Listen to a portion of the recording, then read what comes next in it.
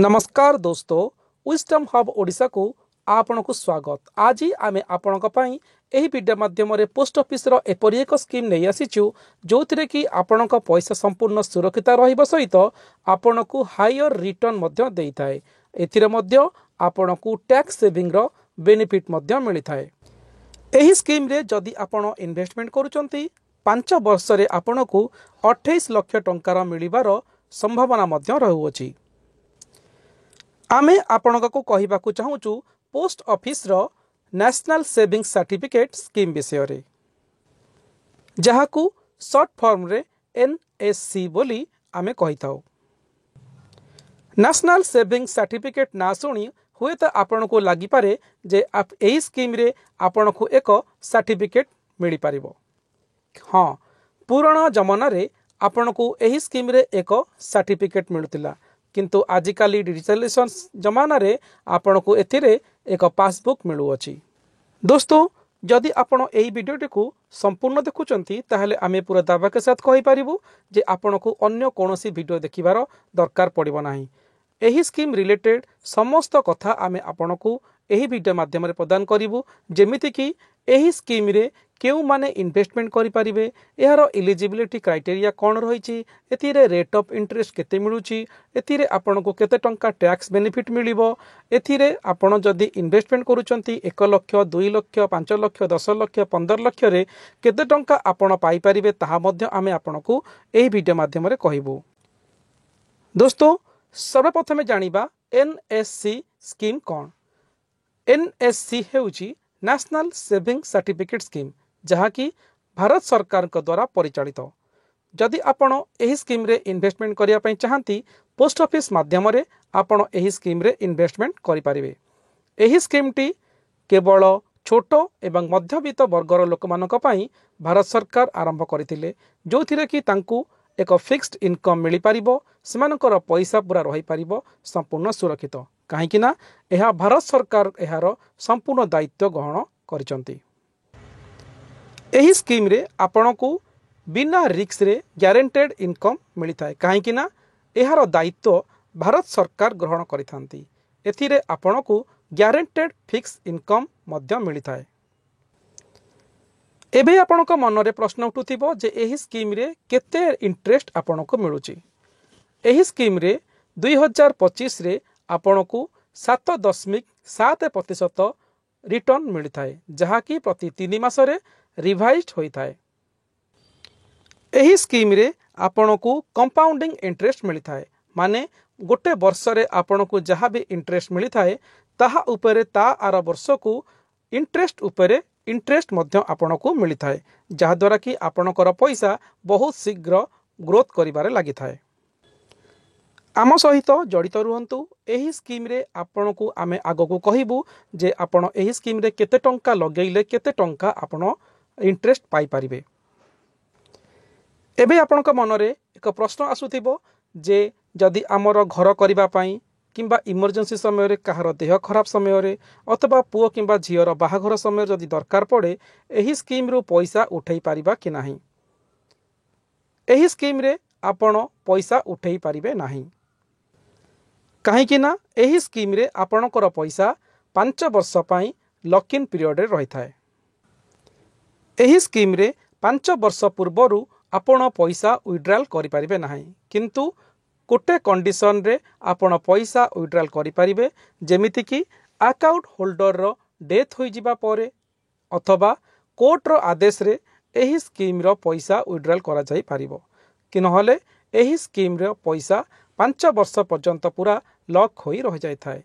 आपण जदि एही स्कीम रे निवेश करिया पई चाहूचंती, जो अर्थ आपणकर आगामी 5 वर्ष पर्यंत दरकार पड़िबो नाही, सेतिक अमाउंट रो अर्थ आपण एही स्कीम रे निवेश करंतु, काहेकि ना एही स्कीम टी पूरा 5 वर्ष पर्यंत आपणकर अर्थ को लॉक इन पीरियड रे रखि थाए।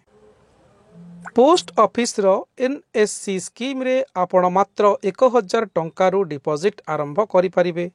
एथि सहित 100 टंका रो मल्टीपल जेते अमाउंट हेबो आपण एही स्कीम रे निवेश करि पारिबे। अर्थात आपण पाखरे जदि 5 लाख 10 लाख 15 लाख 20 लाख टंका भी अच्छी आपण एही स्कीम रे निवेश करि परिबे। एही स्कीम रो मैक्सिमम लिमिट किछि नाही। एही स्कीम रे आपण जेते अर्थ पारिबे निवेश करि परिबे, मैक्सिमम लिमिट किछि नाही। एबे असंतु जानिबा एही स्कीम रे किए किए निवेश करि परिबे। एही स्कीम रे जे कोनोसी भारतीय नागरिक निवेश करि परिबे। माइनर को ना रे मध्य अकाउंट खोला जाई परिबो तांकर लीगल गार्डियन तांकर पेरेंट्स को सहमति रे। जेतेबेले माइनर 18 वर्ष होई जिवो ता ना रे एही स्कीम को ट्रांसफर करि दिबा जिवार सुविधा मध्य रहिछि। एही स्कीम रे किंतु ध्यान रखिबे एही स्कीम रे एनआरआई ट्रस्ट किंबा कोनोसी कंपनी एही स्कीम रे निवेश करि परिबे नाही। एही स्कीम केवल इंडिविजुअल मानक पई बना होईछि। एबे असंतु जानिबा एनएससी स्कीम रे इंटरेस्ट रेट किपरि कैलकुलेशन होई थाए।